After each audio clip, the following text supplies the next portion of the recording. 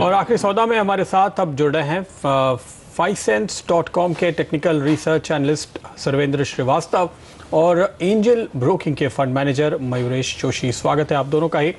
मयूरेश, क्या सुझा रहे हैं आप अपने क्लाइंट्स को इतने बड़े इवेंट के पहले? Afternoon Pradeep ji. Clearly I think एक वेट एंड वॉच का मोड ही होगा, क्योंकि जैसे हम एक्टिविटी बिल्टअप होती हुई देख रहे हैं, आई थिंक वॉलेटिलिटी मार्केट्स में बिल्कुल बरकरार रह सकती है। अगर वोट फेवर में जाता है तो it's a no brainer. I think markets एक रिलीफ रैली दे सकता है। बट जहाँ तक आई थिंक रैली का सवाल रहा, आई थिंक कहीं ना कहीं आई थिंक निफ्टी लेवल्स भी कैप्ट हो सकती है ऑन दी अपसाइड। हालांकि डाउन साइड रिस्क ओपन रहती है, क्योंकि अगर ब्रेक्सिट इवेंचुअलिटी और रियलिटी में होता है तो I think the kind of action that you'll probably see on bonds, currency markets and equity markets, I think वो रिस्क ऑफ ट्रेड शायद वापस बरकरार हो सकता है और एक ट्रेमेंडस फोर्स से आ सकता है। तो मेरे ख्याल से आई थिंक अपसाइड शायद आ सकती है in force of a relief rally if Britain stage in the EU. अगर एग्जिट होता है, I think down side risk are much more to the market at this point of time. Okay, तो down side risk देखने को मिलेगा, जो बाजार में पहले भी अटकलें लगाई जा रही थी, और उस गिरावट के लिए आप तैयार रहिएगा। Volatility is the order of the day, फिलहाल यही देखने को मिला। और हम देख रहे हैं इन ग्लोबल इवेंट्स का असर करेंसी मार्केट पर भी आज साफ तौर से देखा जा रहा है। अब यहाँ से क्या क्यों लिया जाए, इस पर हम राय लेंगे। डॉलर रुपये आपके सामने। इनफैक्ट ये भी देखना चाहिए कि येन के मुकाबले किस तरह का ट्रेड बनता हुआ दिखाई दे रहा है। KN डे जो ईडी है मकलाई फाइनेंशियल्स के, वो हमारे साथ लाइन पर हैं। डे साहब, स्वागत है आपका। जैसे हम कल के इवेंट के करीब जाएंगे, ऑफ कोर्स करेंसी मार्केट में भी हम देखेंगे काफ़ी ज़्यादा जिटर्स, नर्वसनेस पड़ेगी। आपने क्या स्ट्रैटेजी सुझाई है अपने क्लाइंट्स को? Good afternoon. You want to know my strategy at free of cost? Very good. देखिए, as far as the Brexit goes, मेरे ख्याल से market is totally divided, whether it is pro और against. But keeping in mind जो rupee का असर होने वाला है, whether by chance the Brexit happens, तो शायद मार्केट थोड़ा हाई वोलेटाइल रहेगा। रूपी कैन डेप्रिशिएट मे बी 60-70 पैसा, maybe up to 68-50. But keeping Reserve Bank in mind and with Raghuram Rajan still in the driver's seat, I don't think ज़्यादा volatility रुपये में आने देंगे. If Brexit happens, 68-50 could be the level. देना मुश्किल है, but it can reach towards up to 68, 40, 50 levels. और अगर Brexit नहीं हो रहा and UK remains a part of the European Union, then थोड़ा रुपये can go slightly stronger. Some correction can happen and we can say 67, 10, 20, 30. That's the major difference मुझे लग रहा है। ये जो लगातार 3 दिन से दबाव है रुपए पे, ये ब्रेक्सिट की वजह से है या रेक्सिट की वजह से? Well, it's not account of any Brexit or Brexit. Mainly ये जो दबाव चालू हुआ मंडे से is because of Dr. Rajan's decision to go. A, number one. Number two, there was काफी ऑयल और डिफेंस पेमेंट थे कल भी और मंडे भी। मंडे एंड ट्यूसडे दोनों दिन डिफेंस और ऑयल पेमेंट थे। और ऑफ कोर्स जो नेगेटिव फीवर थे on account of doctor Raghuram Rajan departure, वो थोड़ा early in the morning Singapore market में ऑन मंडे रूपी हैड 50 पैसे ऊपर चले गए थे, 67-70 चले गए थे, तो वो थोड़ा correction. But the present fall of the rupee जो लास्ट 2 दिन हम लोग देखा, it's purely on pure demand, oil, defence payment and थोड़ा of course negative on our governor going from September 3rd. कितनी और वीकनेस की संभावना आप एंटिसिपेट कर रहे हैं डे साहब वर्स्ट के सिनेरियो में? देखिए, in the medium term I feel Brexit whether it is there और नहीं आया, क्योंकि यूएस का FOMC का नेक्स्ट मंथ जुलाई मंथ में वापस एक मीटिंग है and rupee can go up to 68-50, 60-70. This is direction है। But going to the long term, like you have the US elections coming in the month of October, November results. तभी at that moment of time, rupee can touch 69.5, 70 because that's where we reach the very difficult time. But otherwise, on the positive side, खाली एक ही है कि अगर GST हो गया, GST gets cleared in the monsoon session, so rupees weakness can be थोड़ा control हो सकता है and it can remain in the band of 67 and 68.5. चूंकि हमने देखा इस दौरान पाउंड पे काफी दबाव आया है, क्या आपको लगता है कि अगर ब्रेक्सिट नहीं हुआ तो वहाँ पाउंड में एक बाउंस देखने को मिलेगा? इसका इम्पैक्ट फिर डॉलर पे और रुपए पे क्या आएगा? नहीं, देखिए, जो पाउंड का जो एक्चुअली फिर सीधा पाउंड में काफी करेक्शन हो चुके हैं। लास्ट वीक 1.4150 से 1.47 आ गया है। तो इनफैक्ट जो पाउंड का जो has gone strong in last 4-5 दिन में, it is because of a feeling that Brexit won't happen. Okay, agar Brexit hua, so definitely pound will again crash by at least from 1.47 to 1.41, 1.4050 आ जाएगा. It will crash by 400-500 points. और अगर European union में रह गया, it may go strong by 100-150 points because already discounted हो चुका है pound last 5-6 दिन में. As I said, I think rupee का term में आप देखोगे, it has come from 95 to 99, 4 रुपए already. So it can go to 1 rupee up maximum, but it can crash if Brexit happens. Okay, यानी सुधरने की संभावना कम है, उछाल की कम है, गिरावट की ज़्यादा. शुक्रिया आपका मिस्टर डे, हमारे लिए वक्त निकालने के लिए. Thank you. लौटते हैं इस बीच बाजार की ओर. एक बार फिर से 8200 के करीब पहुंचने की कोशिश साफ तौर पे दिखाई दे रही है निफ्टी की. इसके ऊपर हालांकि टिकना मुश्किल बना हुआ है. अगर हम देखें खास तौर पे आज के दिन हेवी वेट्स में, जहां पर काफ़ी अच्छे वॉल्यूम्स देखने को मिले हैं कुछ एक स्टॉक्स में, उनमें कोटक महिंद्रा बैंक पे नज़र होनी चाहिए. दुगने वॉल्यूम आज हमने होते हुए देखे. यहाँ पर औसत के मुकाबले थोड़ा दबाव ऊपर के लेवल से आता हुआ हालांकि दिखाई दिया है. सर्वेंद्र, क्या कॉल होगी आपकी? देखिए, ये डेफिनेटली प्राइवेट बैंक्स में स्ट्रॉन्गर नाम है और इसके सेटअप्स काफ़ी अच्छे हैं, बट थोड़ा ओवरबॉट है. मंथली क्वार्टरली चार्ट्स में काफ़ी ओवरबॉट है इनफैक्ट. सो यहाँ से कोई फ्रेश ट्रेड्स तो नहीं लेने चाहिए, बट अगर किसी के पास है तो होल्ड करना चाहिए. आई थिंक 680-685 का स्टॉप लॉस रखना चाहिए अगर आपके पास डिलीवरी पोजीशंस हैं. नहीं तो फिलहाल तो आई थिंक जिस तरह से ये ओवरबॉट है और जिस तरह का इवेंट लाइंड अप है कल के लिए और उसके रिजल्ट्स परसों आएंगे, मेरा मानना है कि बैंकिंग स्पेस में पोजीशंस लाइट रखें तो ज़्यादा बेहतर है. और फ्रेश ट्रेड्स तो कोटक में मेरे पास इस समय तो नहीं है. ओके, ये फिलहाल सलाह इन बैंकिंग काउंटर्स पर. लेकिन जब हम ब्रेक्सिट की बात कर रहे हैं, एक स्टॉक जिस पर सबसे ज़्यादा आज मार पड़ी है वो है टाटा मोटर्स. और टाटा मोटर्स का डीवीआर भी आपकी स्क्रीन पर लेकर आएंगे. जैसे प्रदीप मेंशन कर रहे थे, यहाँ पर सबसे ज़्यादा कमज़ोरी बनती हुई दिखाई दे रही है. दरअसल इनका जो JLR का बिजनेस है, यानी कि जैगवार और लैंड रोवर का बिजनेस है, वहाँ पर करीब अंदाज़ा यही लगाया जा रहा है कि अगर ब्रेक्सिट होता है, यानी कि ब्रिटेन EU से अलग होता है, इनके बिजनेस पर एक मेजर झटका लगता हुआ दिखाई देगा. और लगभग 1 बिलियन पाउंड असेसमेंट है कि लॉस देखने को मिल सकता है या फिर वो हिट रहेगा. ऐसी स्थिति में आप क्या सलाह देंगे मयूरेश? एक बारी मुनाफा वसूल कर लेना चाहिए टाटा मोटर्स, या फिर दूसरी टाटा ग्रुप कंपनियों में भी जहां पर काफी एक्सपोजर है यूरोप में या फिर ब्रिटेन में? So Harshita ji, I think जो कंपनीज के ब्रिटेन की तरफ एक्सपोजर है, आई थिंक ये हाई रिस्क एनवायरनमेंट में ये स्टॉक्स काफ़ी वॉलेटाइल रह सकते हैं. And again I think if Brexit really has to happen, अगर होता है तो शायद ये स्टॉक्स पे एक इम्पैक्ट ज़रूर आएगा फाइनेंशियली, क्योंकि जो इम्प्लीकेशंस होंगे in terms of how the pound might react and the kind of consequences balance sheet performance पे कंसोलिडेटेड बेसिस पे जब स्टैंड अलोन एंटिटी यहाँ पे रिपोर्ट करती है, डेफिनेटली इम्पैक्ट आता है. तो मेरे ख्याल से I think from a fresh investment perspective, I think as I was saying earlier, I think it can watch mode रखना चाहिए. And apart from that, I think investors जो stock को lower levels पे hold करते हैं, मुझे लगता है अभी भी I think you should hold on to that stock.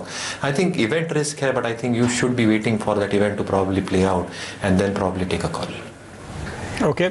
आज का स्टार परफॉर्मर लेकिन अगर आप देखें तो वो एस्कॉर्ट्स ही हो सकता है, जहां हमने नए 52 वीक हाई बनते हुए देखे हैं. 14% की तेज़ी है. जिस तरह से मोतीलाल ओसवाल की एक शानदार रिपोर्ट आई है और उस लिहाज से तो टारगेट सभी भी काफ़ी ऊपर के बनते हैं. और अगर आप देखें कुल वॉल्यूम तो करीबन 3 हफ्ते का वॉल्यूम एक दिन में हुआ है आज, हम ये कह सकते हैं स्कॉट्स पे. मयूरेश, क्या अभी भी एंट्री लेंगे? Pradeep, I think stock specific टिप्पणी नहीं करूंगा, लेकिन जनरली ट्रैक्टर इंडस्ट्री अगर आप देखेंगे, I think with expectation of good monsoons expected to come through, मुझे लगता है आई थिंक जो एक वॉल्यूम ग्रोथ की उम्मीद है वो शायद अच्छी खासी हो सकती है. दूसरी बात ये भी देखनी चाहिए कि जो ट्रैक्टर के यूटिलाइजेशन लेवल्स थे in terms of how the production was happening और जैसे सेल्स हो रहे थे, आई थिंक काफ़ी म्यूटेड थे लास्ट 2 वर्षों में, लेकिन अच्छे मानसून की वजह से I think this can also have a huge amount of impact. तीसरी बात ये भी देखनी चाहिए जो कंस्ट्रक्शन और इंफ्रास्ट्रक्चर एक्टिविटी बिल्टअप हो रही है, कंस्ट्रक्शन रिलेटेड इक्विपमेंट जो ट्रैक्टर्स अभी यूज़ किए जाते हैं विद 50 और मोर हॉर्स पावर, आई थिंक उसमें एक बहुत पॉजिटिव इम्पैक्ट आ सकता है ट्रैक्टर प्लेयर्स के लिए.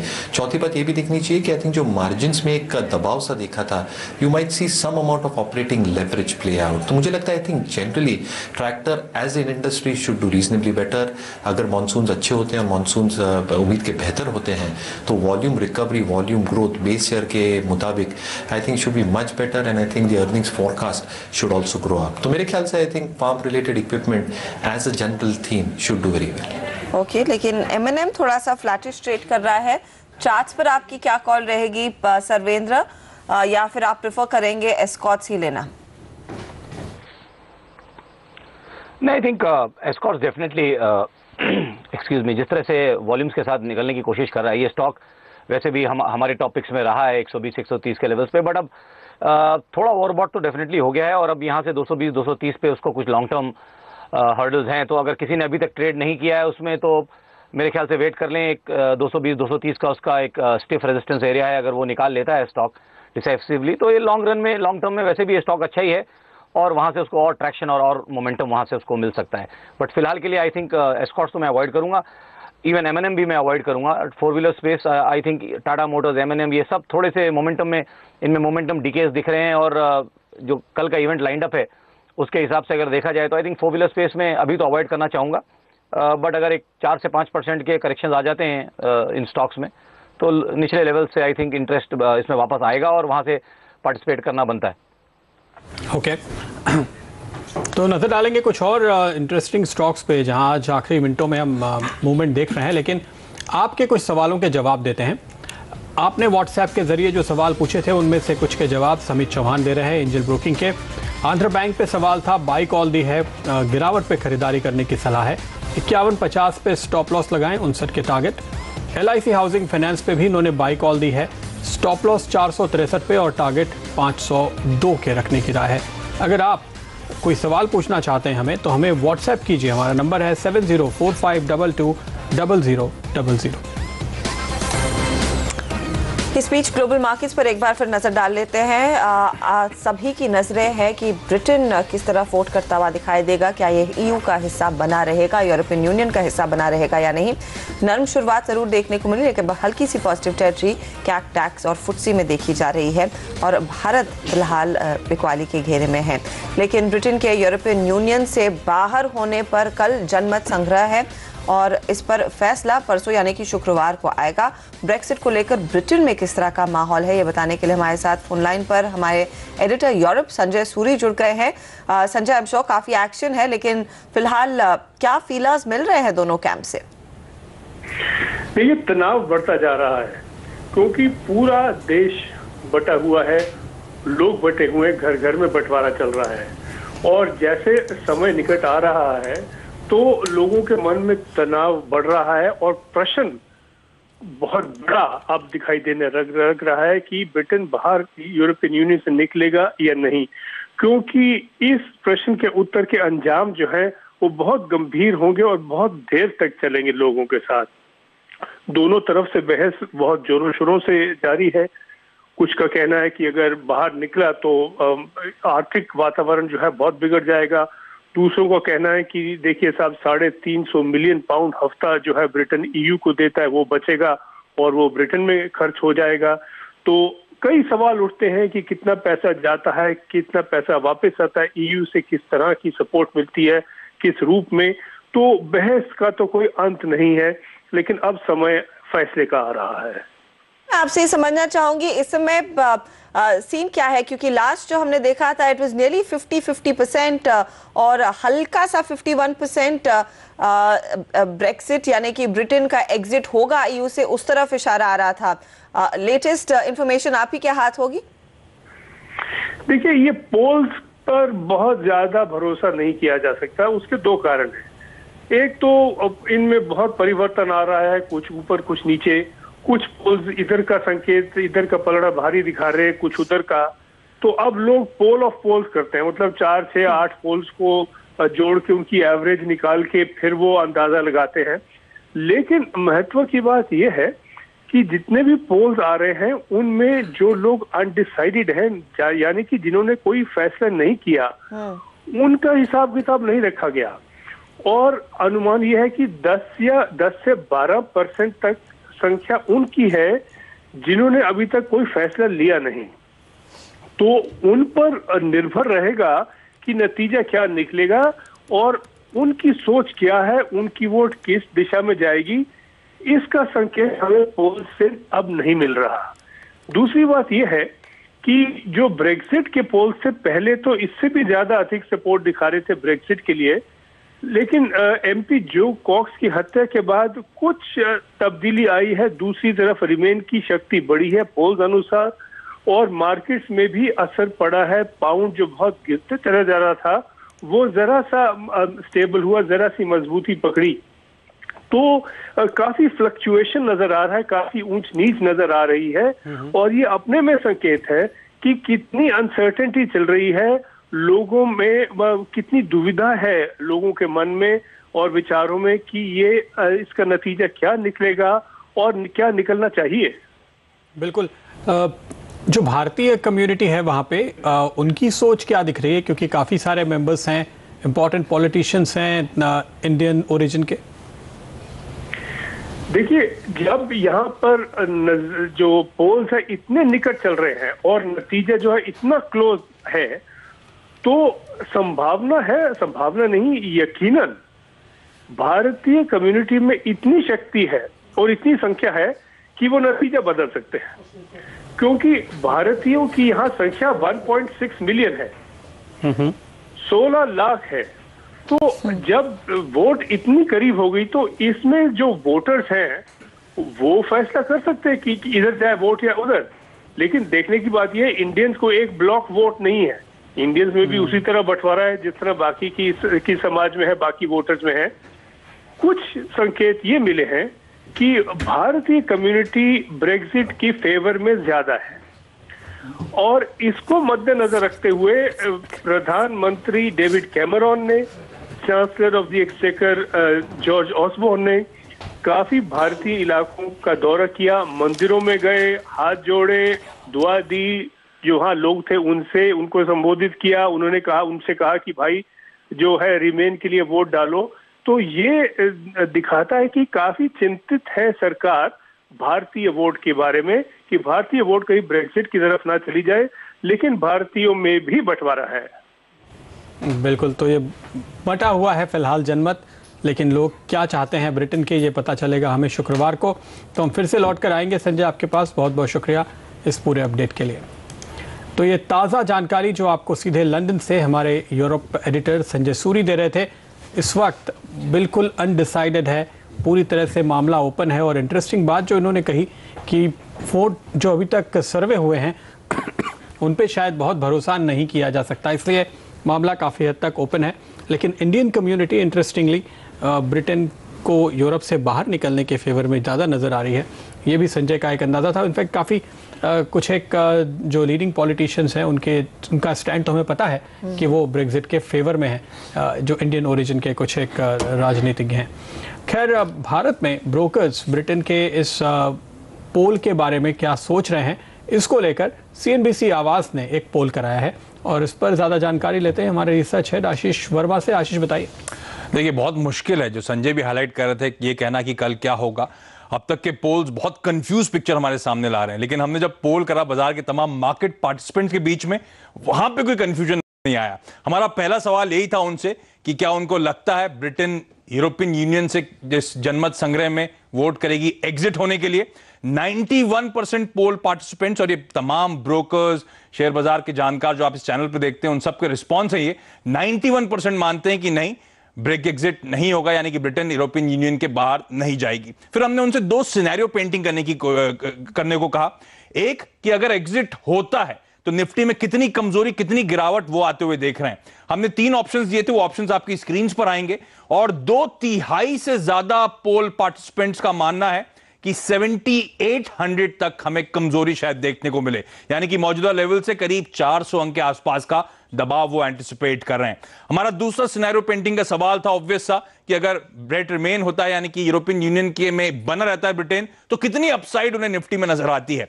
यहां पे भी हमने उनको 3 विकल्प दिए थे, और 2/3 पोल पार्टिसिपेंट्स यहां पे भी मानते हैं कि 8500 तक के लेवल शायद आपको देखने को मिले, यानी कि इस समय से 300 पॉइंट के आसपास का उछाल वो एंटिसिपेट कर रहे हैं। यानी कि अगर ब्रिटेन एग्जिट करता है यूरोपियन यूनियन से तो 7800 तक का डाउन साइड, और अगर ब्रिटेन रहता है यूरोपियन यूनियन में तो 8500 तक का शायद आपको अपसाइड देखने को मिलेगा। ओके, तो ये फिलहाल लार्जली ट्रेंड निकल कर आ रहा है। हमने जो पोल करवाया, शुक्रिया आशीष इस जानकारी के लिए। तो जैसे संजय कह रहे थे और जैसे आशीष का भी पोल कह रहा है कि काफ़ी कॉशियसनेस है, काफ़ी सतर्कता से लोग अप्रोच कर रहे हैं इस बड़े इवेंट को। और ऑफ कोर्स क्लैरिटी बिल्कुल नहीं है कि क्या स्थिति उभर कर आएगी। यहाँ पर अगर नहीं एग्जिट होता है ब्रिटेन ईयू से, तो ऑफ कोर्स ज़्यादातर मेजॉरिटी उम्मीद करी कि 8500 तक के लेवल्स पहुंचते हुए दिखाई देंगे। लेकिन इस बीच निफ्टी पर ही फोकस करते हैं। निफ्टी में इस समय आपकी क्या रणनीति होनी चाहिए? यहाँ पर बिकवाली की राय रजत बोस दे रहे, 8153 का टारगेट इन्होंने दिया है, 8232 का आपने स्टॉप लॉस लगाना है। इसके अलावा अगली स्ट्रैटेजी भी आपको बता दें, और यह है श्रीकांत चौहान की। श्रीकांत चौहान कह रहे हैं कि आप तेजी में रहिएगा, 8250 इनके लिए टारगेट है और स्टॉप लॉस इन्होंने 8150 का दिया है। 2 दिनों का फिलहाल ये ट्रेड है। सर्वेंद्र श्रीवास्तव हमारे साथ बने हुए हैं। सर्वेंद्र, बताइए निफ्टी में इस समय आपका क्या ट्रेड रहेगा, क्योंकि फिर 8200 पर वापसी हुई है? नहीं, बिल्कुल अर्शिता जी, देखिए इस बार का सवाल थोड़ा लास्ट हफ्तों से ज़्यादा डिफिकल्ट है, बिकॉज कल एक बड़ा इवेंट भी है। बट देखिए, खेलने के लिए दायरा बहुत सीमित है अभी फिलहाल के लिए। मेरा मानना है 8100 नीचे में और 8300 ऊपर में आई थिंक ये रेंज रहेगी। तो अब हम उस रेंज के बिल्कुल बैंग ऑन उसके मिडिल में हैं। तो फिलहाल अब एक कैंप तो लेना पड़ेगा, और मेरा मानना है कि फिलहाल तो मैं अभी भी बाय साइड कैंप में ही रहना चाहूँगा, और मैं ये मान के चलूँगा कि 2 से 3 दिन में 8300 के लेवल्स वापस निफ्टी में आ सकते हैं। और अगर आप वो ट्रेड ले रहे हैं तो 8144 का स्टॉप लॉस लगाएं। ये कैश के लेवल्स हैं मेरे, तो कैश में ये 8300 के टारगेट्स और 8144 का स्टॉप लॉस। ओके, तो ये स्ट्रैटेजी फिलहाल बाई की आ रही है निफ्टी पे सर्वेंद्र की ओर से। हमारे साथ हमारे मार्केट सेटर अनिल सिंह भी अब जुड़ चुके हैं। अनिल, इतने बड़े इवेंट के पहले अगर एक स्ट्रैटेजी बनानी हो, क्या लगता है आपको? एक्चुअली आज प्रदीप बड़ा कॉशियस वाला ट्रेड हो रहा है, और लोग बहुत ज़्यादा पोजीशंस बना नहीं रहे हैं, बल्कि पोजीशंस कम करने में लगे हैं। हाँ, जो कुछ पोजीशंस बन रही है वो मंदी की साइड पर ज़्यादा बन रही है। अब तक ये हो रहा था कि पोजीशंस तेज़ी की साइड पर ज़्यादा बन रही थी, पुट बेचे जा रहे थे, लेकिन आज पुट में कुछ ओपन इंटरेस्ट कम होता हुआ दिखाई। जिन लोगों ने पुट बेचे थे, तेजी की पोजीशंस बनाई थी, उन्होंने 8100 के लेवल पर थोड़ी सी पोजीशंस कम की है। लेकिन असली एक्शन जो आज दिख रहा है वो कॉल्स में दिख रहा है। और निफ्टी के कॉल्स में आप देखिए, 8300 के कॉल पर 7 लाख शेयर, 8400 पर 8 लाख शेयर और 8500 पर 5 लाख, यानी कि 8300 से लेकर 8500 की रेंज में 20 लाख शेयरों का ओपन इंटरेस्ट बढ़ा है कॉल्स में। इसका मतलब साफ है कि ट्रेडर्स कहीं न कहीं ये मान रहे हैं, भले ही पोल सारे कह रहे हो, बाजार ये दिखा रहे हो कि ब्रेक्जिट नहीं होगा, लेकिन उसके बावजूद शायद 8500 के ऊपर की तेजी नहीं दिख रही है, और इस लिहाज से कॉल्स बेचे जा रहे हैं। तो कॉल्स में आज बिकवाली अचानक से बढ़ती हुई दिखी, खासतौर से सेकंड हाफ में। तो मंदी की पोजीशंस निफ्टी में कॉल्स के जरिए कॉल्स को बेचकर ज्यादा बनाई जा रही है। ओके, तो क्लियरली कॉल्स को बेचा जा रहा है, मंदी की पोजीशन बनाई जा रही है। इनफैक्ट किन स्टॉक्स में एक्शन है अनिल से समझेंगे, लेकिन टीएस हरिहर भी हमारे साथ जुड़ गए हैं। हरी, फिर उस लिहाज से आप भी क्या एक बारी मुनाफा वसूली करके चलेंगे? जितना हल्का रहे कल के इवेंट के पहले उतना सेफ है? पहली बात, मुझे नहीं लग रहा कि ये कोई बहुत बड़ा रिस्क है। मैं मानता हूँ कि समझ लीजिए ब्रेक्सिट का वोट हो गया और वोट ब्रेक्सिट के फेवर में रहा, तो शायद डाउनसाइड रिस्क एक 7800 तक का हो सकता है। तो जहाँ तक आपके लॉन्ग टर्म पोजीशंस का सवाल है, मैं तो आपको एग्जिट की सलाह नहीं दूंगा। हाँ, जहाँ तक आपके ट्रेडिंग पोजीशन का सवाल है, शॉर्ट टर्म पोजीशन का सवाल है, डेफिनेटली आप प्रॉफिट निकाल सकते हैं। But I don't think the long term attractiveness जो इंडियन मार्केट्स की है, इस पर कोई खास फर्क पड़ने वाला है ब्रेक्सिट से।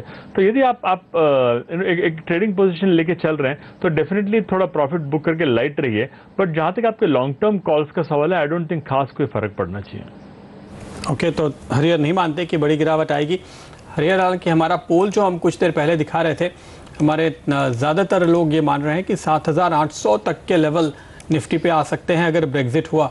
तो जाहिर है कि मार्केट का तो रिस्क असेसमेंट काफ़ी ज़्यादा है। आप इतने कॉन्फिडेंट क्यों हैं कि बड़ी गिरावट नहीं आएगी?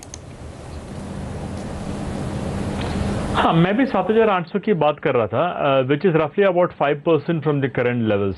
आई थिंक अभी जो 8200 से आप 5 to 6% करेक्शन देखोगे तो लगभग आपको 7800 तक का लेवल मिलेगा। तो I think that is our estimate. और हम मानते हैं कि that could be a worst case scenario. समझ लीजिए ब्रेक्सिट हो गया और ब्रिटेन ने तय किया कि उन्हें ईयू से बाहर निकलना है, तो शायद एक 5-6% का इम्पैक्ट हो सकता है। आई डोंट थिंक उससे कोई बड़ा ज्यादा इम्पैक्ट होगा। ऑन द अपसाइड समझ लीजिए ब्रेक्सिट वोट नेगेटिव हो गया and Britain stage on in the EU, तो मैं मानता हूं कि यहां से शायद एक 200 पॉइंट कम से कम 8500 तक का अपसेट दिख सकता है। ओके या तो हरी फिलहाल थोड़े से पॉजिटिव जोन में है, सकारात्मक नजरिया रख रहे हैं, ज्यादा रिस्क नहीं है उनको लग रहा है। इस बीच स्टॉक्स में एक्शन क्या बन रहा है ये आपकी स्क्रीन पर लेकर आएंगे। हम देख रहे हैं स्टॉक स्पेसिफिक मूवर्स काफी ज्यादा है, लेकिन वायदे बाजार में स्पेशली किस तरह की पोजीशन देखने को मिल रही है, क्योंकि कुछ ही देर पहले अनिल कह रहे थे कि ज्यादा मंदी के सौदे एक्टिव होते हुए दिखाई दे रहे हैं निफ्टी पर खास तौर से। अनिल, स्टॉक वाइज क्या हरकत देखने को मिल रही है? हर्षदा, स्टॉक फ्यूचर्स में बहुत ही इंटरेस्टिंग एक्शन है और वो एक्शन साफ तौर पर इस बात की तरफ है कि ट्रेडर्स अपनी पोजीशन कम करते हुए दिख रहे हैं, और खास तौर से तेजी करने वाले ट्रेडर्स, क्योंकि स्टॉक्स मामूली कमजोर है और ओपन इंटरेस्ट में तेजी से गिरावट आई है। मसलन LIC हाउसिंग फाइनेंस को देखिए 16% ओपन इंटरेस्ट गिरा है आज। हिंडाल्को जैसे दिग्गज स्टॉक में देखिए 10% से ओपन इंटरेस्ट में कमी आई है। Godrej consumers, Tata Motors, DVR, ये कुछ एक स्टॉक हैं जो 8-8, 9-9% ओपन इंटरेस्ट में कमी दिखा रहे हैं, और इनमें से कुछ स्टॉक जैसे हिंडाल्को हुआ या टाटा मोटर्स, DVR हुआ, जिनका सीधा सीधा कनेक्शन आप ये मान सकते हैं कि अगर ब्रेग्जिट होता है तो इन शेयरों पर नेगेटिव असर पड़ेगा, तो उस लिहाज से तेजी करने वाले ट्रेडर्स वहां पर अपनी पोजीशन हल्की कर रहे हैं। अब कुछ एक्शन बड़ा इंटरेस्टिंग दिख रहा है। पहला तो बैंक्स में, खासतौर से मिड कैप सरकारी बैंक्स देखिए, आज यहाँ पर दमदार तेजी की पोजीशंस कम होती हुई दिख रही है। इलाहाबाद बैंक, OBC, IOB, ये कुछ एक बैंक्स मैंने चुने जहां पर ओपन इंटरेस्ट 7 से 8%, 9% तक घटा है। तो इन तमाम बैंक्स में ट्रेडर्स अपनी पोजीशन कम करके जाने के मूड में है। तो आज ये कम हुई है, हो सकता है कल कुछ और वोटिंग के दिन कम होगी, ताकि परसों रिजल्ट आने के पहले ट्रेडर्स थोड़े से हल्के रहे। लेकिन ये रुझान सिर्फ दिग्गजों में हो, मिड कैप शेयरों में हो, ऐसा नहीं है, दिग्गज शेयरों में भी। इसका मतलब साफ है कि बड़े इन्वेस्टर्स, फंड्स या FIs वो भी थोड़ी सी सावधानी के साथ ट्रेड करते हुए दिख रहे हैं। कैसे? हिंडाल्को या टाटा मोटर्स, DVR जैसे शेयरों की तो हमने बात की जहां भारी भरकम ओपन इंटरेस्ट घटा है, लेकिन उसके अलावा आप देखिए केन, Mahindra and Mahindra, ITC, HDFC, यहां पर भी ओपन इंटरेस्ट घटता हुआ दिख रहा है। मसलन केन का स्टॉक देखिए, यहां पर शॉर्ट पोजीशंस बनी हुई थी, तो शॉर्ट पोजीशंस भी कवर होती हुई दिख रही है। बाकी स्टॉक्स में M&M, HDFC, ITC जैसे शेयरों में शॉर्ट पोजीशन बनती हुई दिख रही है, कुछ हद तक तेजी की पोजीशन कम हो रही है। तो एक बात साफ है, जहां तक स्टॉक फ्यूचर्स का सवाल है, बड़े इन्वेस्टर्स और ट्रेडर्स दोनों अपनी पोजीशन कम कर रहे हैं। दोनों ही तरह की पोजीशन कम हो रही है, तेजी की भी और मंदी की भी। और जहां तक निफ्टी के ऑप्शंस का सवाल है, तेजी की पोजीशन तो कम हो ही रही है, लेकिन मंदी की पोजीशन थोड़ी सी वहां हावी होती दिख रही है, और कॉल ऑप्शंस में भारी बिकवाली होती नजर आ रही है। बिल्कुल, तो कॉल राइटिंग का जोर काफ़ी ज़्यादा देखने को मिल रहा है आज, ऐसा लगता है। शुक्रिया अनिल आपका। सर्वेंद्र, फिलहाल इस मार्केट में जैसे कि अनिल बता रहे हैं कि कॉल राइटिंग हो रही है, पोजीशन हल्की हो रही है, लेकिन अमूमन इस तरह के इवेंट के पहले जैसे कि लोग कोशिश करते हैं कि कॉल और पुट दोनों तरफ कोई पोजीशन बना के जाएं। इस वक्त अगर आप स्थिति देखिए तो 8,300 की जो कॉल है वो 55 रुपये में मिल रही है, और 8,100 का पुट जो है वो करीब 62 रुपये पे मिल रहा है। तो 115 रुपये के आसपास की आपकी कॉस्ट बनती है। क्या आपको लगता है इस स्ट्रैटेजी पे पैसा बनेगा या नहीं? नहीं प्रदीप जी, आई थिंक आधी एक्सपायरी जा चुकी है, काफ़ी महंगा पेयर है अभी, इसीलिए प्रॉब्ली आई थिंक जैसे कि अनिल जी बता रहे थे, क्योंकि ओवरऑल ओपन इंटरेस्ट भी कम हो रहा है और मार्केट लाइट होते जा रहा है इवेंट के पहले। तो अगर इवेंट में अगर नेगेटिव सरप्राइज भी आया तो मेरे हिसाब से जो डिक्लाइंस होंगे वो उतने प्रोफाउंड नहीं होंगे, क्योंकि ऑलरेडी मार्केट लाइट हो चुका है, ऑप्शन प्रीमियम्स भी महंगे हैं, तो लोग मेरे ख्याल से सफिशिएंटली हेज्ड हैं या ऑलरेडी लाइट हो चुके हैं पोजीशंस में, क्योंकि इतनी बार इन इवेंट से लोग मार खा चुके हैं कि मेरे ख्याल से इस बार दूध का जला छाछ भी फूंक के पी रहा है, और पोजीशंस लाइट हैं, आज ही हो गई हैं, कल भी थोड़ी और लाइट हो जाएंगी। तो मेरे ख्याल से मार्केट एक बहुत अच्छे से जोन में रहेगा, जहां पे कि अगर नेगेटिव भी रहा इवेंट तो उतनी ज्यादा बड़ी सेलिंग नहीं आएगी, पहली बात। और अगर गलती से अगर सपोज ब्रेक्जिट नहीं होता है तो उस समय बहुत फास्ट मूवमेंट एक अपसाइड आएगा, क्योंकि वापस से पोजीशंस बनाई जाएंगी लॉन्ग साइड की। नहीं तो आप कोई ऐसी सिंथेटिक स्ट्रैटेजी बनाएंगे या नहीं बनाएंगे, मैं ये पूछ रहा हूँ। आप कह रहे हैं दोनों तरफ मूवमेंट आ ही सकते हैं, तो फिर पैसे तो बनने चाहिए। नहीं, लेकिन देखिए इस समय स्ट्रैटेजी थोड़ी महंगी है, प्रीमियम्स थोड़े महंगे हैं, बट अगर कोई करना चाहता है सिंथेटिक स्ट्रैटेजी तो आई थिंक यही बेसिक स्ट्रैटेजी है जो आप कर सकते हो। प्रीमियम्स महंगे हैं मेरे हिसाब से, ये कम से कम 30 से 40 पॉइंट कम में बन रहा होता तो मैं बिल्कुल बनाने की कोशिश करता, इनफैक्ट बनाता भी, बट फिलहाल आई थिंक थोड़े दोनों प्रीमियम्स महंगे हैं। आएगा दोनों तरफ? मैं मिस कर गया आपका सवाल, मिस कर गया। 100 पॉइंट का मूवमेंट ऊपर या नीचे आ सकता है, आपको लगता है कि नहीं? नहीं, बिल्कुल आ सकता है, बट अगर आप 100 रुपए के ऊपर अगर आप ऑलरेडी प्रीमियम भर चुके हैं तो ब्रेक इवन आपका 84 और नीचे में 8,000, तो आई थिंक ब्रॉड मार्केट ने उतना रिस्क डिस्काउंट कर लिया है। सो इसके बियॉन्ड का मूवमेंट मेरे को लगता नहीं कि होना चाहिए इनिशियली इवेंट के बाद। नहीं, संदीप आप क्या कहेंगे यहाँ पे? क्या आपको लगता है कि ऐसी एक स्ट्रैटेजी बनानी चाहिए? 115 रुपए की कॉस्ट आ रही है, तो 84 नहीं 83.15 83.20 शायद ब्रेक इवन हो जाएगा। और अभी तो चूंकि एक्सपायरी में फिर भी शुक्रवार के बाद हफ्ता रहेगा, तो कुछ तो प्रीमियम मिलेगा ही आपको टाइम वैल्यू का भी। क्या ये स्ट्रैटेजी कारगर होगी कि आप कॉल और पुट दोनों लेकर जाएं?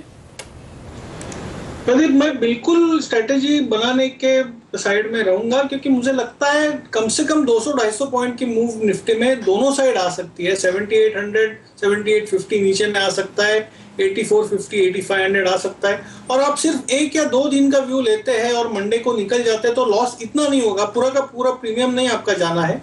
तो मैं समझता हूँ ये स्ट्रैटेजी लेनी चाहिए। और आप अगर 115 रुपए स्पेंड कर रहे हैं, आपको उसका डबल मतलब 200 के ऊपर मिलना चाहिए, ऐसा मेरा व्यू है फिलहाल। ओके, तो यहाँ ये फिलहाल स्ट्रैटेजी संदीप जरूर फॉलो करेंगे। स्टॉक्स पर मैं आपकी राय लेना चाहूंगी संदीप, जो अनिल भी मेंशन कर रहे थे, जहां पर हमने देखा है काफ़ी अनवाइंडिंग होती दिखाई दी है। LIC हाउसिंग फाइनेंस एक बहुत प्रोमिनेंट प्ले है। इस समय आप क्या ट्रेड लेकर चलेंगे? अगर कुछ तेजी की पोजीशन है, एग्जिट कर लें? भर्षिता, गुड आफ्टरनून।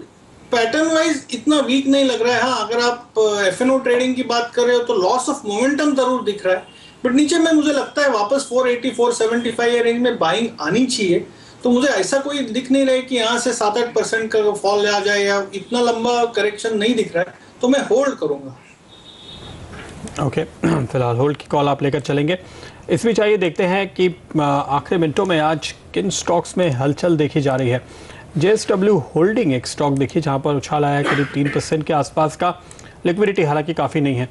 VRL लॉजिस्टिक्स, लेकिन ये एक लिक्विड स्टॉक है और VRL में आज आप मूवमेंट देख रहे हैं। करीबन 70,000 शेयर्स अभी ट्रेड हुए हैं, 2.5 लाख पर वॉल्यूम पहुंचता हुआ 2-2.25% का एक उछाल हमने देखा है यहाँ पर आते हुए। मयूरेश, क्या कॉल देंगे आप?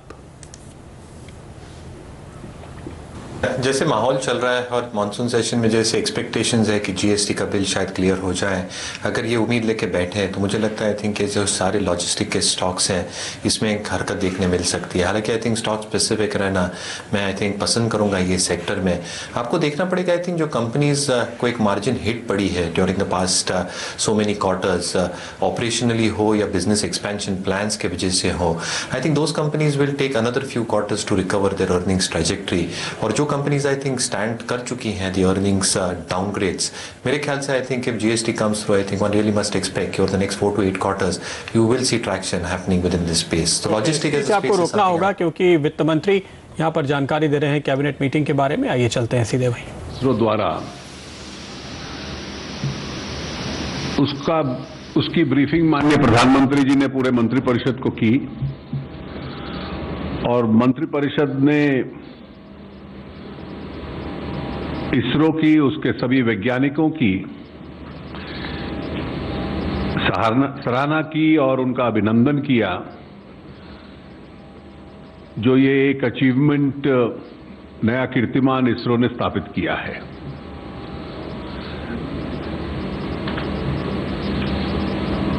मैं प्रमुख निर्णय 2-3 आपको बतला देता हूं और उसके बाद एक प्रेजेंटेशन होगा। हुबली हॉस्पेट सेक्शन है 143.721 किलोमीटर्स का, उसकी 4 लेनिंग आज मंत्रिपरिषद ने अप्रूव की है। इसका टोटल खर्चा ₹2272.20 करोड़ है।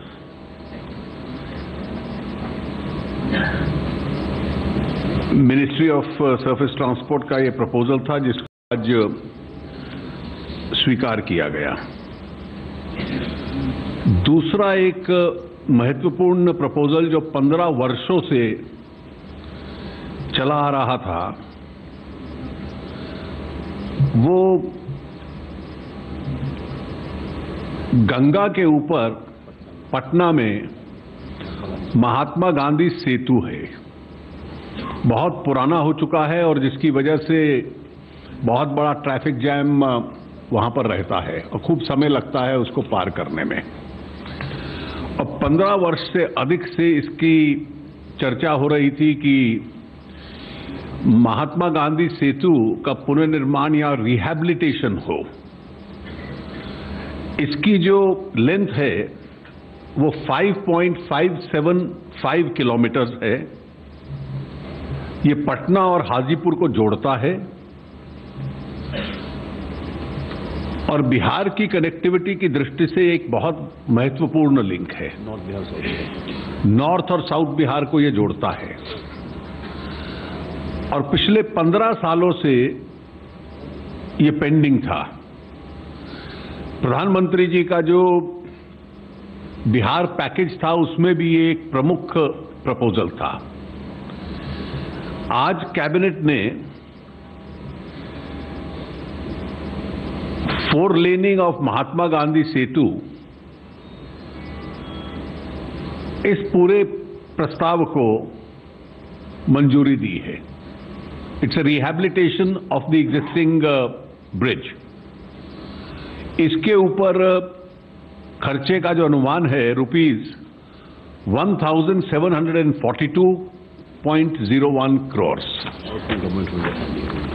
ये सारी सरकारी फंडिंग में से, केंद्र सरकार की फंडिंग में से होगा। इसके अलावा आज एक पोस्ट फैक्टो अप्रूवल था जो 10,000 करोड़ का फंड ऑफ फंड्स अनाउंस किया गया था स्टार्टअप्स के लिए। उसकी डिटेल कंसिडरेशंस और उसकी जो कंडीशनैलिटीज हैं उसका प्रेस रिलीज आप लोगों को दे दिया जाएगा। जो उदय स्कीम सरकार ने अनाउंस की थी, उदय स्कीम के तहत जो राज्य चाहते थे कि उनका 75% डेट डिस्कॉम्स का सरकारी बजट में ट्रांसफर हो और सरकारी बजट में से इस बार 50% उस डेट का के बॉन्ड्स इशू हों, इस पे साइन करना और इसको मंजूरी देना 31 मार्च 2016 उसकी डेट थी। अधिकतर राज्य उस पे हस्ताक्षर कर चुके हैं जो इस योजना में आ सकते थे। 1-2 राज्य ऐसे बचे हैं जिनको आना चाहिए जो अभी तक नहीं आए।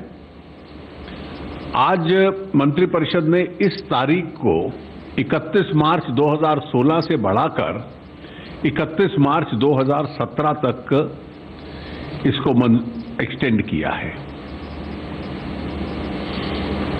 एक महत्वपूर्ण निर्णय था आज finalisation of issues relating to auction of spectrum in various bands. ये शायद इस देश के इतिहास की सबसे बड़ी स्पेक्ट्रम ऑक्शन होगी। तो इसकी डिटेल्स सारी आपको प्रेस नोट में भी होगी। टेलीकॉम मिनिस्टर यहां हैं, कोई पूछना चाहे तो वो भी आपको बतला देंगे। इस सारे को मंजूरी दी गई है। तो कैबिनेट की मीटिंग के बाद ये डिटेल्स देते हुए वित्त मंत्री अरुण जेटली। लौटते हैं अपने एक्सपर्ट्स की तरफ। इस बीच हरिहर, जिस तरह से उदय स्कीम को साल भर के लिए आगे बढ़ाया गया है, पावर सेक्टर के निवेशकों को खुश होना चाहिए या चिंतित होना चाहिए? आई थिंक मैं मानता हूँ अच्छी बात है, बिकॉज डेफिनेटली जो उदय बॉन्ड्स का कॉन्सेप्ट है वो काफ़ी एक नॉवल कॉन्सेप्ट है, क्योंकि स्टेट्स फंडिंग भी करते हैं, डेट भी देते हैं और एट द सेम टाइम उनका फिस्कल डेफिसिट भी बढ़ाने होता है। तो आई थिंक 1 साल से बढ़ाना मेरे ख्याल से it's in interest the power sector as a whole, and मैं मानता हूँ कि ओवरऑल पावर सेक्टर को इससे एक बेनिफिट होगा। ओके, तो आप कह रहे हैं कि पावर सेक्टर को इसका फायदा मिलेगा।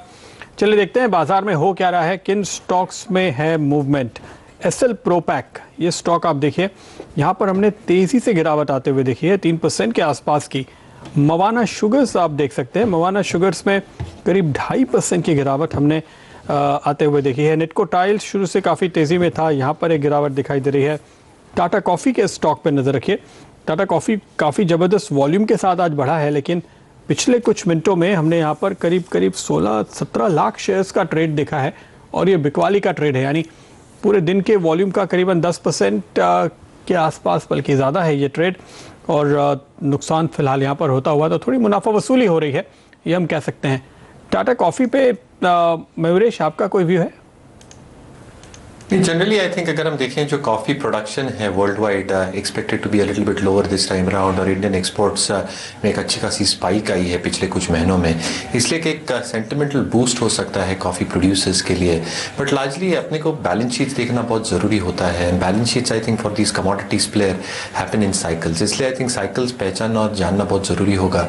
तो मेरे ख्याल से I think one really needs to take a stock specific call, generally coffee या टी हो एज अ सेक्टर। इस स्पेस में क्योंकि हमने देखा फिर से एक्शन बढ़ता हुआ दिखाई दे रहा है Sandeep, specially Jayshree Tea counters में आउट परफॉर्मर है आज, क्या तेजी का कॉल लेकर चलेंगे आप?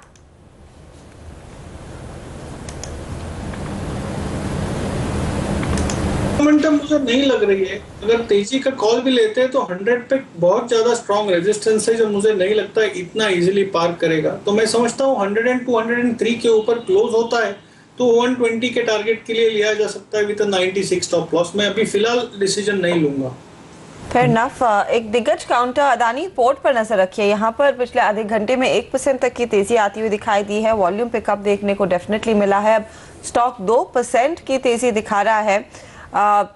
इस पर आपकी क्या राय रहेगी? हरी, अदानी काउंटर्स या पूरे ग्रुप में हमने देखा है इतना ज्यादा फ्लेवर नहीं रहा है तेजी का, थोड़ा सा अपटेक अब किस काउंटर में आना शुरू हो रहा है, क्या कोई ट्रिगर है या आपकी क्या कॉल रहेगी इस पर 207 पे? नहीं, हम अदानी पोर्ट्स पे इवन लोअर लेवल से काफी पॉजिटिव रहे। इनफैक्ट 190, 193 के आसपास से हमने बाइंग शुरू किया और हमारा टारगेट है कि ये stock at least short to medium term में 225 से 230 जा सकता है। तो at this point we continue to remain buyers on Adani SEZ. और कुछ और डिटेल्स निकल कर आ रहे हैं कैबिनेट ब्रीफिंग से, आइए सीधे चलते हैं फिर वित्त मंत्री के पास। बढ़ने की क्षमता रखती है। तो मैं मिसेस वर्मा से रिक्वेस्ट करूंगा कि इसकी ब्रीफ प्रेजेंटेशन आपको दे दें और उसके बाद आपके जो प्रश्न होंगे, टेलीकॉम वाले प्रश्न रविशंकर जी और बाकी जो भी अन्य प्रश्न होंगे उनको हम लोग लेंगे। धन्यवाद सर।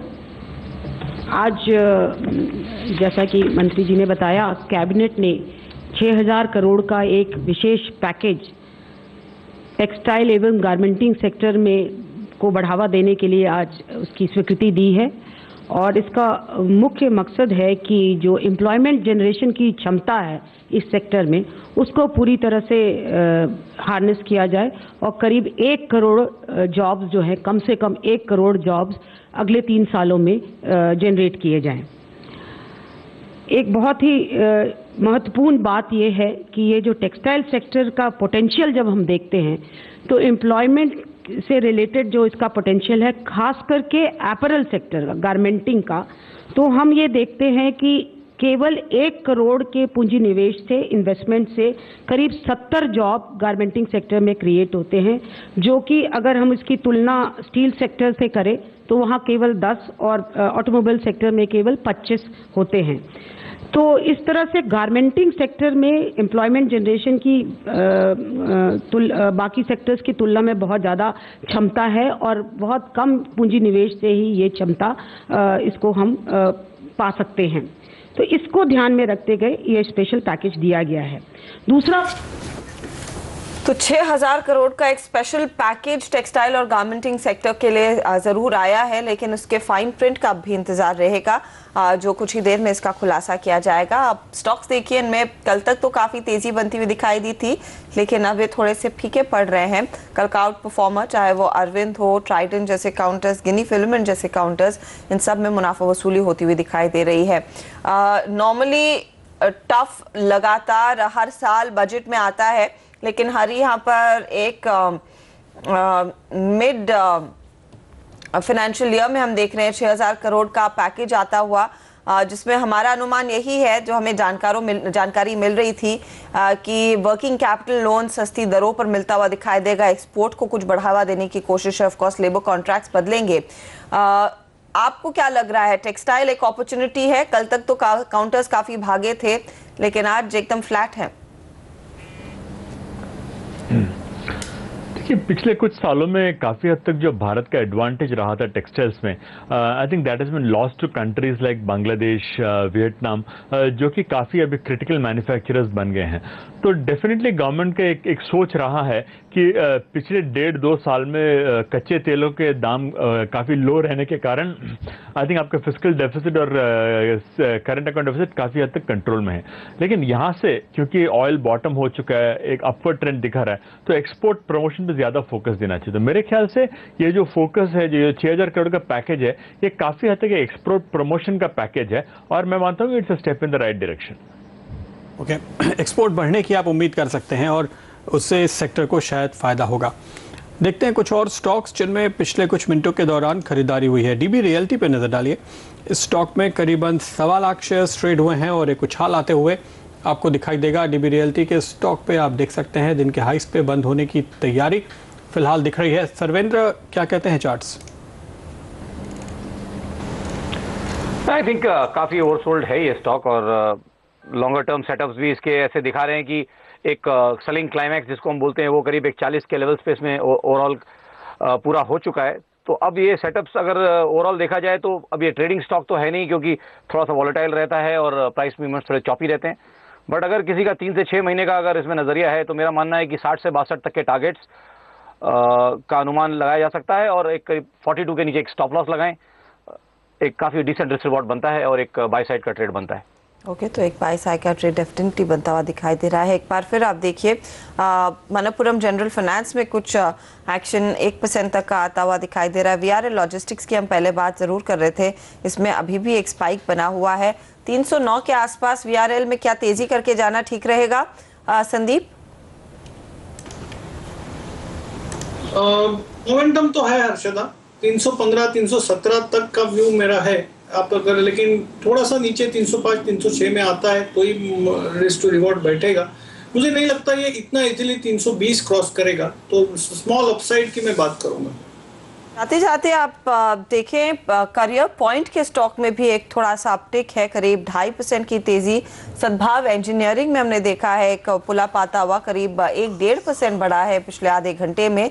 यहाँ पर अब 2% की बढ़त देखने को मिल रही है और डीएलएफ में भी हम देख रहे हैं नेशनल लेवल से कुछ खरीदारी आती हुई दिखाई दे रही है। सुबह से ही एमएमटीसी में कुछ गेंस देखने को मिले थे। ये काउंटर करीब 3% की तेजी के साथ टिकता हुआ दिखाई देगा। तो ये कुछ दूसरे स्टॉक्स हैं जहां पर हमने देखा है पिछले आधे घंटे में थोड़ा सा एक्शन बढ़ता हुआ जरूर दिखाई दिया है। सद्भाव खासतौर से यहाँ पर ज़्यादा एक्शन दिखाने में कामयाब रहा है और बाजार अब क्लोजिंग की तरफ बढ़ते हुए आखिरी 2 मिनट बाकी बचे हैं। आपको दिखाते हैं कैसी हो रही है क्लोजिंग। 8,200 के ऊपर निफ्टी बंद होने की कोशिश में।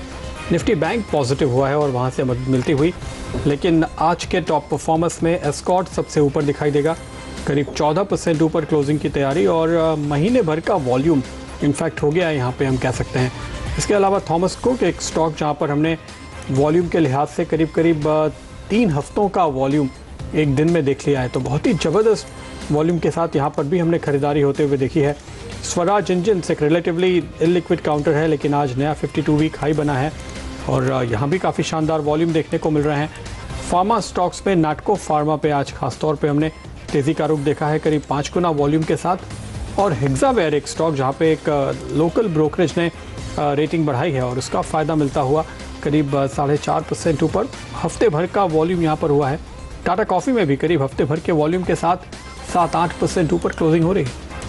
तो यहाँ प्रदीप कुछ इंडिविजुअल परफॉर्मर्स जरूर रहे हैं आज, लेकिन दिग्गजों में आप देखिए डॉक्टर रेड्डीज, कोल इंडिया, अंबुजा, लुपिन, ये कुछ स्टॉक्स हैं जिन्होंने बाजार का साथ जरूर दिया और जो 100 पॉइंट नीचे हम थे वहाँ से रिकवरी में एक बड़ा हाथ इनका रहा है। टीसीएस, हीरो मोटर कॉर्प को भी आप इस लिस्ट में जोड़ सकते हैं, लेकिन टाटा मोटर्स और टाटा मोटर्स डीवीआर बहुत ख़राब सत्र है इनके लिए और काफ़ी नर्वसनेस यहाँ पर बढ़ती हुई दिखाई दी है जैसे जैसे हम वो ब्रेक्सिट के इवेंट के करीब जा रहे हैं, क्योंकि कंपनी का एक्सपोजर ऑफ कोर्स यूरोप में हम सबको पता है जेएलआर के जरिए काफ़ी ज़्यादा है और वहीं से ज़्यादा रेवेन्यूज़ आते हुए दिखाई दे रहे हैं। इसके अलावा आप देखिए एफएमसीजी काउंटर्स में कुछ मुनाफा वसूली होती हुई, एचयूएल आईटीसी में करीब 1-1.5% तक का नुकसान देखने को मिला है। ग्रासिम, आइडिया सेलुलर ये दूसरे स्टॉक्स रहे हैं जहां पर आज हमने देखा है दिग्गजों में कुछ मुनाफा वसूली का भार जरूर देखा गया है। वायदे बाजार में जेएसडब्ल्यू एनर्जी में हमने देखा कुछ अनवाइंडिंग होती हुई दिखाई दी है। इसके साथ ही India bulls, real, century textile, LIC housing finance, इन सारे काउंटर्स में हमने देखा ऊपरी लेवल्स पर कुछ पोजीशंस हल्की होती हुई दिखाई दी और ये नेगेटिव टेरिटरी में टिकते हुए दिखाई दे रहे हैं। बहुत मिक्स्ड बैग है आप कह सकते हैं NBFCs के लिए, जहां पर M&M फाइनेंशियल जैसे काउंटर्स में बिकवाली का दबाव है, मनप्पुरम जनरल फाइनेंस जैसे काउंटर्स थे जहां पर आज हमने देखा है कुछ तेजी की पोजीशंस बनती हुई दिखाई दी हैं। जैसे हम पहले भी चर्चा कर रहे थे, बहुत ही कॉशियस स्टैंड, ज़्यादा एक्सूबरेंस, तेजी या फिर बुलिश कॉल लेकर लोगों ने पोजीशन नहीं बनाई है ऊपरी लेवल्स पर, जहां पर मुनाफा दिखा है, कुछ हल्के भी होते रहे हैं ट्रेडर्स। फिलहाल जो प्रोविजनल क्लोज के आंकड़े हैं 8200 से हल्के नीचे, 8194 पर निफ्टी की समाप्ति, 25 अंकों की गिरावट पर। मिड कैप इंडेक्स 36 पॉइंट नीचे, बैंक निफ्टी ज़्यादा टूटा था, आखिर में कुछ रिकवरी आई, 6 पॉइंट की गिरावट और सेंसेक्स लगभग 80 अंक गिरकर बंद हुआ है आज की ट्रेड में। ये फिलहाल बाजार की चाल रही है। संदीप बताइए, कल बहुत ही क्रूशल डे रहेगा, किस लेवल को आप लार्जली वॉच करेंगे सपोर्ट के लिहाज से? हर्षदा, मुझे लगता है निफ्टी कैश की अगर आप बात करो तो 8160 वो लेवल है, मुझे नहीं लगता है वो तोड़ना चाहिए। अगर टूटा तो एक और 50, 70, 80 पॉइंट 8050 तक नीचे जा सकता है, शायद 100 पॉइंट जा सकता है। और ऑन द अपसाइड 8300, 8320 का व्यू है। जैसे ही इवेंट अनफोल्ड होगा, सूनर देन लेटर वो लेवल्स देखने को मिलेंगे। ओके संदीप, शुक्रिया आपका हमारे साथ जुड़ने के लिए। साथ ही हरिहर और सर्वेंद्र, आपका भी शुक्रिया। मयूरेश, आपका भी शुक्रिया हमारे साथ जुड़ने के लिए। और इसके साथ ही आखिरी सौदा में फिलहाल वक्त है आपसे इजाजत लेने का, लेकिन बने रहिए CNBC आवाज पर, क्योंकि ब्रेक के बाद आपके लेकर आएंगे मार्केट टॉप 20। नमस्कार।